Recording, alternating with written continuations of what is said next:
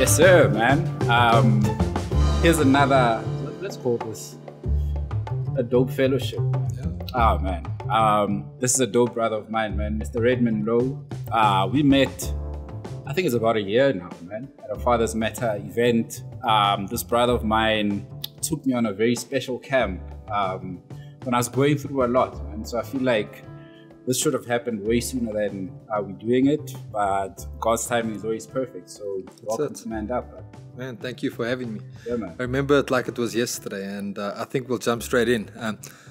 The thing for me is us as guys, we dress up having conversations. And I remember how we kicked it. Yeah. I didn't know you, and you were rocking a cool pair of sneakers. And I walked over, I'm like, dude, I don't know you, but those sneakers are fire. Yeah, man.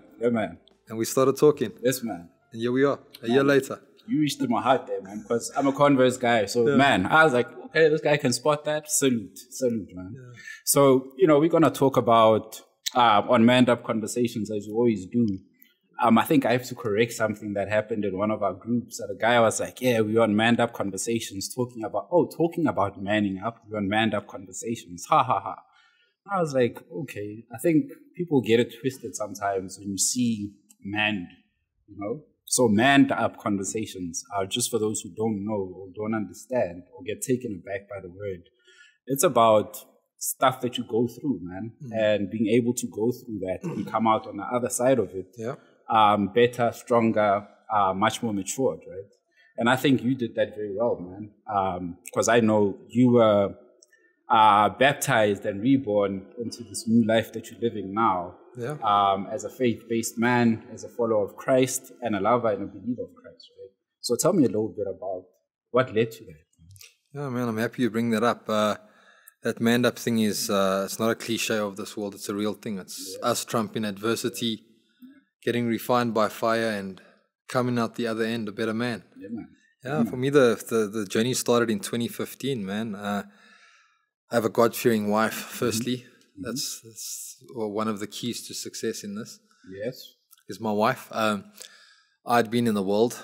Me and you have spent a lot of time speaking about that. Man, the past was good. And one thing I share with the guys I fellowship with, I spend a lot of time with men in circles speaking about being vulnerable and being open, was the fact that I lived a good life. And what I mean by a good life, a sinful life, I had fun. You're talking the drugs, the sex, the booze, all of those things. And it was fun. But where I am now in my journey with faith, being born again, being a father, a husband, using those as my titles, man, I wouldn't have it any other way. But I can still acknowledge the fact that when I was in the world, it was fun. If you were sinning, and you can tell me you weren't having fun, then you were playing games. Then you weren't sinning. Man, because sin was fun. Sin is fun, man. Yeah, man. So 2015, man, my wife had found her faith again in the Lord. And we were in a deep, dark space. This was prior to us getting married, prior to us understanding that we are husband and wife, or that we are called to be parents of my young man then, Caden, who's now 13. And my wife had given her life. My wife had given her life, and she had gathered a little group of believers, some friends in the church, and they had been praying for my salvation. And every Sunday would come, and she would be like, I'm going to church. You want to take me up on the invites? I'm like, you go with your little believers and go sing and sing your songs and clap your hands. And man, God was busy working a number on me, Every Sunday she would come back. There was something different about her. In the car, we had one car that we shared, and we'd be driving, and the praise and worship was on, and I would always be like, what's this music? Let me play some Dre. Let me play some Deep House, some Soul Candy, whatever it may be. And somehow it always ended up on the Christian music, and God started speaking to me through these songs. And I'll never forget, there was this one song specifically by a famous Christian band, and it was called Cornerstone. And the song started planting seeds, and I was like, what is this? What is this faith thing? Let me jump into it again, because I wanted to experience this euphoria, because my wife was always happy. She was always excited. And then on the Sunday, the 15th of November, 2015, I'm like, you know what? I'm joining you. I'm going to church. Man, and I never looked back. I've never looked back. And that was the defining moment in my life where I gave my life again to the Lord. And there was the acknowledgement that He is Lord and He is the Savior that had been sent to save my life. And help me through my healing or my time of need. Yeah, I've been walking with him ever since. Man, I love that. And I picked up on something that you said there is being in the world is fun, right? Yeah, man. Being in the world is, everything is there, man. It's at your disposal, right? No lie. You just do it, right? There's no thinking behind whatever you do. Right? Yeah. And consequences are not there. But then going the faith route, which is similar to kind of maturing into your manhood. That's a hard life, man. Really is. People assume that, you got to turn to God and suddenly your life is, boom, everything is working, everything works to your favor. Yeah. But as I've learned, right, and as you said, when you got here today, is, man, I'm good. I'm a blessed man, but it's not easy. So how are you navigating life right now? I'm not averse to challenges. I face challenges every single day, and I think every man that walks this earth will continue to face the challenges. But it's just acknowledging who I'm going to for the healing. Other people are numbing that pain. You specifically deal in the space of dealing with guys that are broken, that are battered, that are hurt. And these guys aren't looking for healing. They are looking for something to numb that pain, like I said. And for me, it's just every single day saying, I don't have what it takes. I don't have the answers. I don't have the healing, but I can go to the one that does. And it might never help my financial aid immediately. It might not help my current situation of needing to do something on my car, needing to pay for a trip, whatever it is. Sure. But in time it yields fruit that only the one can give to me, It's, I think the life that I'm walking now is actually more challenging than the life I had when I was in the world. Yeah, man. A faith without, a faith that is not being tested is not a faith, my brother. Man. There's a saying, man, and I think this is David Data who said this, is the masculine grows by challenge, right? Yeah. And every time I look at men who go through it, who are in the trenches, it's like, man, there's the spark in these men, right? There's this beautiful thing that you see there. It's not on the surface. You kind of have to have conversations, dig deeper within them, and you find man, there's so much gold within this man. And that's because the challenges that you have brought you through that place, right? Yeah. But I want to also talk about careers. You worked in the corporate space, and corporate space was obviously contributing to the life that you lived in the world, right? Yeah. And, we as men often get tangled up in that world when we're making money, when we're successful, when we're at the mountain top of everything. It's a lot harder for us to kind of dig deep and look for that gold that we're talking about, right? But then you now transitioned into the NGO space, where now you're working with men, as you said, and more than men, you're working with the younger generation. And how has that transition been? Because right now, as you said, you could easily go away, go on a holiday, you could easily buy whatever you needed, you could easily spoil your kid. And maybe you didn't do it in the sense that you're doing it now.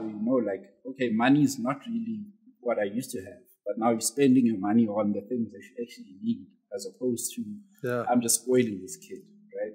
So how do you see all of that, the work world affecting us men and transitioning to, I guess, spaces that are seen as lesser, right? But they feed you so much more, spiritually.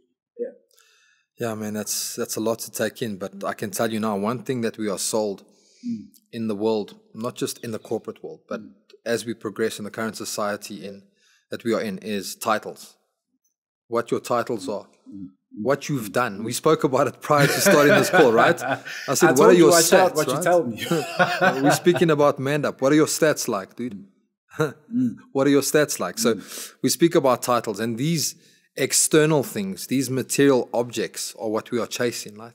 We are chasing this life of glitz and glam. And for me, it was never glitz and glam where I worked. I worked a decent job in a nice setting for 12 years. And man, I didn't leave on a bad note. I left on a good note. Yeah.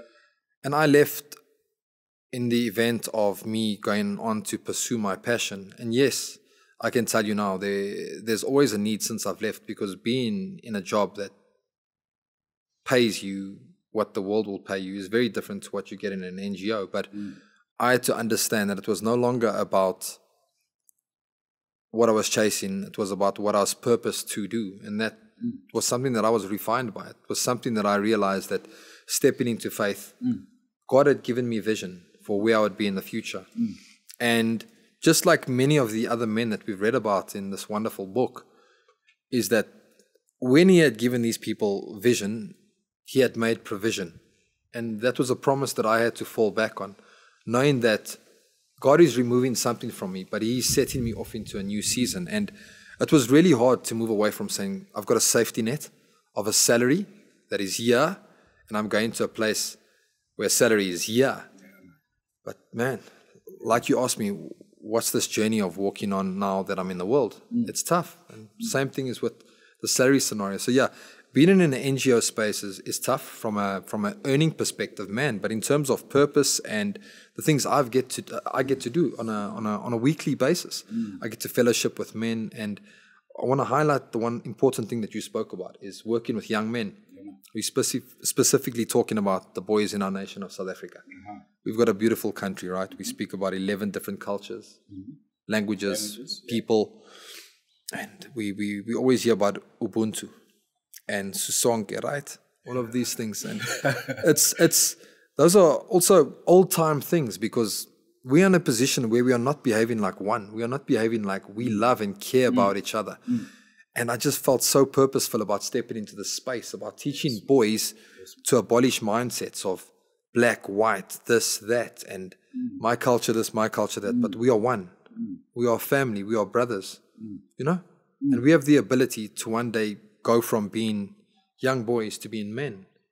And man, it's just, it's a passion of mine to get to live out spending time with these boys, but more importantly, spending time with men, helping them find their identity through their brokenness. Like we were speaking about guys numbing the pain.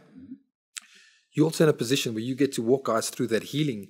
You get to hold their hand, like, you know, just like the Father shepherds us. You get to hold their hand and just hear them out. And sometimes these guys might be going through the most, but sometimes you don't even have to say or do anything. You just have to be there for them to listen to. And then all of a sudden they start getting what they need, man. It's just, it's such a privilege. Man,